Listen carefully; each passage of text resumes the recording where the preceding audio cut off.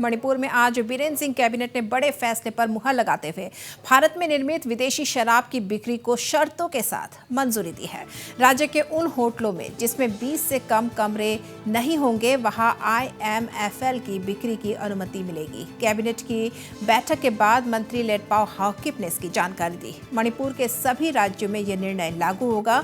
वहीं बाजार इलाकों में IMFL की बिक्री पर रोक पर मंत्री हाओकिप ने कहा कि सिविल सोसाइटी के दबाव के कारण यह संभव नहीं है।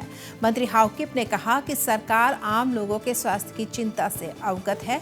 बता दें कि मणिपुर में वर्ष 1991 से आधिकारिक रूप से शराबबंदी है। यह मुद्दा समय समय पर गर्माते रहा है, मगर आज कैबिनेट के फैसले के बाद कहा जा सकता है कि मणिपुर में आंशिक रूप से शराबबंदी पर रोक हट रही है। तो एक बड़ी खबर सामने आई है मणिपुर से, जहां शराबबंदी अब नहीं है। मणिपुर में आज बीरेन सिंह कैबिनेट ने बड़े फैसले पर मुहर लगा दी है। भारत में निर्मित विदेशी शराब की बिक्री को शर्तों के साथ मंजूरी दे दी गई है। कैबिनेट में राज्य के उन होटलों में जिसमें 20 से कम कमरे नहीं होंगे वहां IMFL की बिक्री की अनुमति मिलेगी। कैबिनेट की बैठक के बाद मंत्री लेटपाओ हाओकिप ने इसकी जानकारी दी है। मणिपुर के सभी राज्यों में यह निर्णय लागू होगा। वहीं बाजार इलाकों में IMFL की बिक्री पर रोक पर मंत्री हाओकिप ने कहा कि सिविल सोसाइटी के दबाव के कारण यह संभव नहीं है। उन्होंने आगे कहा कि सरकार आम लोगों के स्वास्थ्य की चिंता से अवगत है।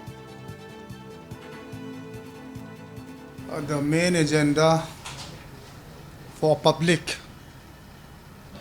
is the hottest agenda is excise regulation. Like IMFL has to be, given the permission to a hotel such as who have accommodation of more than 20 bedded, and army cantonment, and every battalion of Indian Reserve and Manipur Police.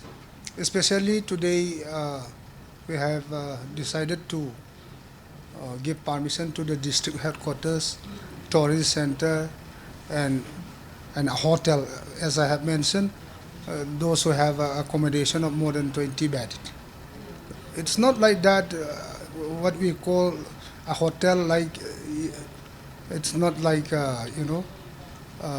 in very, very small hotel, like those who have what we say restaurant. Okay. Small restaurant will be strictly prohibited, but will provide to big hotels like an army cantonment. That's all.